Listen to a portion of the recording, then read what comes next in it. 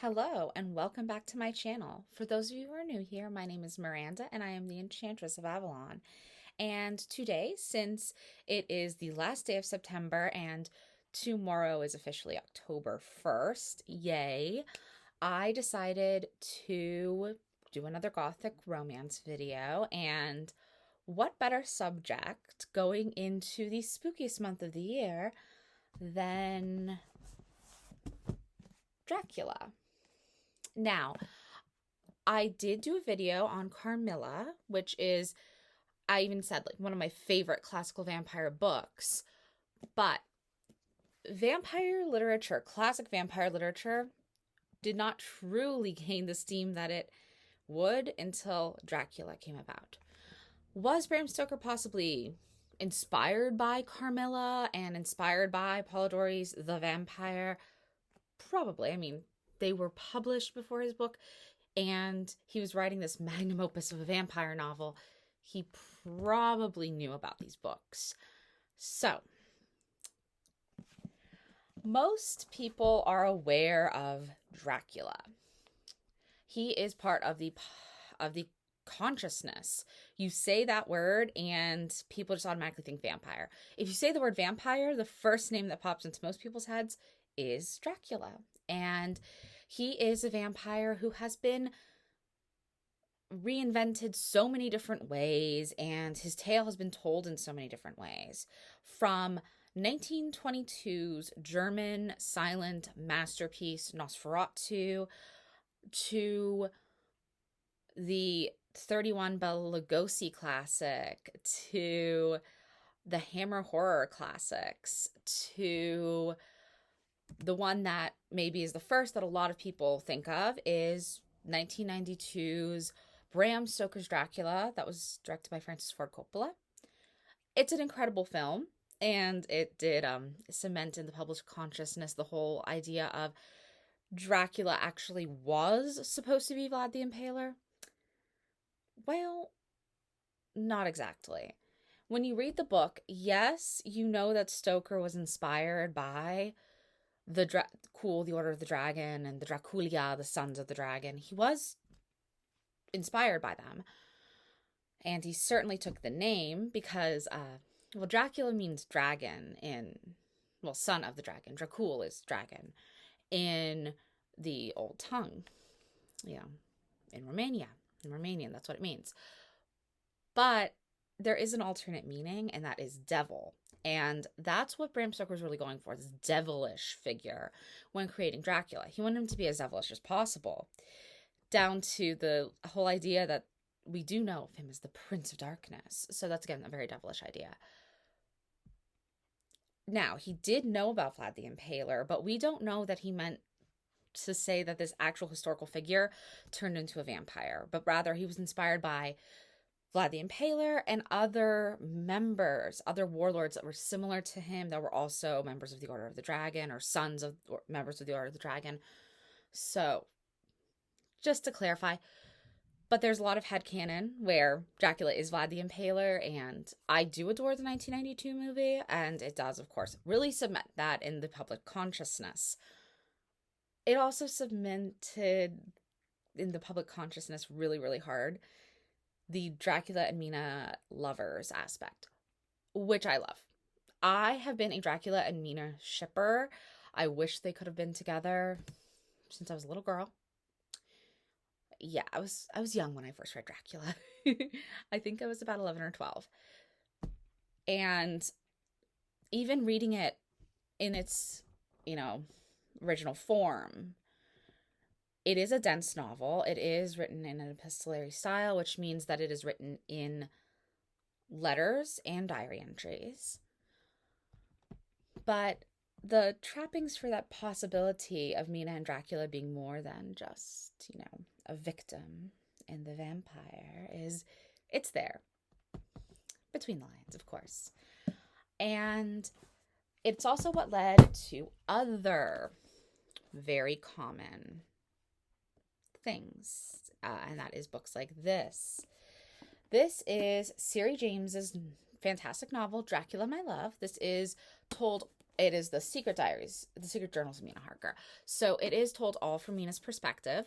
And she actually does fall in love with Dracula. There's this really sweet love story. And she's basically pulled Mina out of the pages, fleshed her out even more, and made her this great, like, gothic romance heroine in this book. And the one who falls in love with vampire. Mm-hmm. Love it. It's great. There are other books that take that same premise that I would love to read. I know of at least 2 other books. One is just titled Mina, and one is titled Dracula in Love, I believe. Haven't read those yet, but they're definitely on my list of books that I want to read. So, why is Dracula as a book so important? Well, simple. Dracula cemented a lot of the vampire tropes that we have today. He was, the first idea of this vampire who's intelligent, a vampire who is this kind of gentlemanly figure. Although he's presented as kind of grotesque in the actual novel, he's still got that something about him that is separating him from previous vampires. And Bram Stoker took a lot of tropes that were being developed in works like Carmilla and even earlier Polidori's The Vampire, but he really fleshed them out, and he really created this figure that could be both really terrifying but also very alluring. And that's the thing. Vampires are alluring. Lots and lots of people want to become vampires. And who wouldn't? You get to stay young forever. You get to stay healthy forever. You get to live forever, at least potentially. There's a lot of allure with that. Plus, who doesn't love a bad boy? I do. I really, really love bad boys. I mean, if anyone has seen my Phantom of the Opera video, they know just how much I love a literary bad boy. Which also reminds me of another book I really, really want to get. There's this amazing Phantom of the Opera and Dracula mashup book. It is, I believe, currently out of print. I don't know where I'm going to find it, but I will find it. It's called Vampires at the Opera. And it's literally that Eric, the Phantom of the Opera, and Dracula are friends. And they team up after the events of Dracula. He survives. And they team up to both get their women. Like Eric asks for help getting, his relationship with Christine off the ground, and let's get rid of, Raoul. But who wants Raoul around? Everyone wants to get rid of him. That's fine.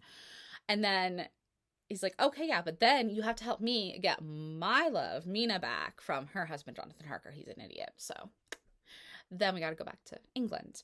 But the catch is like Mina's now pregnant with who will be Quincy Harker. That's right from the novel. She does give birth to a son with Jonathan exactly a year to the day after Dracula's demise. And I think Stoker probably wrote that so people wouldn't be like, is it Dracula's kid? Although a lot of people still want it to be.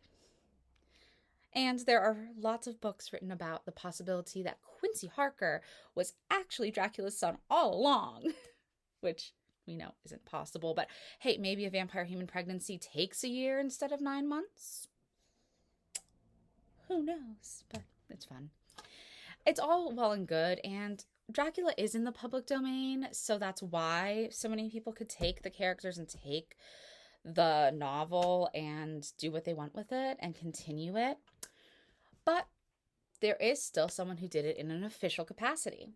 Dacre Stoker is the great-grandnephew, I think it's one great, it might be 2 greats, but he is a grandnephew of Bram Stoker himself, and he, several years ago, teamed up with other writers one other writer to write a book that is the official continuation of Dracula. He went and he got permission from his other cousins who did run the estate, and he himself has been very active in the estate ever since, but he did an official continuation. I believe it's Dracula the Undead is the official continuation. And then a little while after that, he worked with another author to write a prequel called Dracula, and that one is supposed to be really, really incredible. I have not read Dracula. I read his sequel to Dracula. I did not read Dracula yet. And it's supposed to be really incredible. And he, does some headcanon stuff with, Bram Stoker is actually in the book. And he actually met vampires, and that's how he would write the novel. And I do like stuff like that. I love whenever you're working with classic figures and you're like, let's put the author in it, or let's put this historical figure in it. Like, I get super excited when I'm reading a book and randomly, oh yeah, he's talking to Sigmund Freud, he's talking to Bram Stoker, he's talking to Oscar Wilde, Edgar Allan Poe, anything. I love the whole idea of these actual really important figures being inserted in works of literature. It's very fun to me. I'm a big literature nerd, so it's super fun. Anyway, now when I said that Dracula was public domain, it was not always public domain. And that's what the whole idea of what happened with Nosferatu went down. Nosferatu in 1922 was a film being made by F.W. Murnau, starring Max Schreck as the titular vampire character. But Max Schreck did not have but F.W. Murnau did not have permission from the Stoker estates. This was after Bram Stoker's death, but his wife was still alive, and she had not given permission for this movie to be made. And so Murnau, being, sneaky, decided, okay, I'm just going to change character names, which is what he did. He changed the character names and he changed the ending. But Bram Stoker's widow still took him to court about it, and they found that it was too similar, so it was, infringement on the copyright of Dracula, and they said that you have to burn all the copies of this movie. Oh, yeah. Luckily, they didn't actually get all the copies, and several years later, it was lost for quite a while, but several decades later, it was found, in an attic or a basement somewhere, and that's why we still have this incredible film today. It is still one of the greatest vampire films ever. That's why, he is Count Orlok instead of Dracula, and that is why he burns in the sun instead of, being staked and beheaded.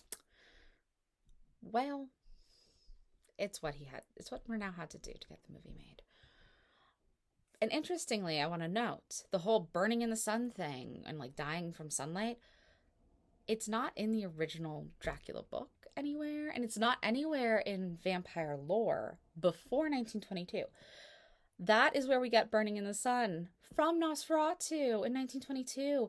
It literally did not exist in the vampire canon before then. We had them being tired and a little bit weak in sunlight, which is talked about in Dracula. He's not at his best, and he, wears hats or parasols or something to kind of detract from the sun, and sunglasses, which that famous scene with Gary Oldman in the street, he has a big hat and his sunglasses in the 1992 movie is reference to that. But he could go in the sun. There's nothing saying no sunlight. He's a creature of night. Yes, he's a creature of darkness, but he could go in the sun. Okay, so I have just talked for almost 15 minutes about Dracula.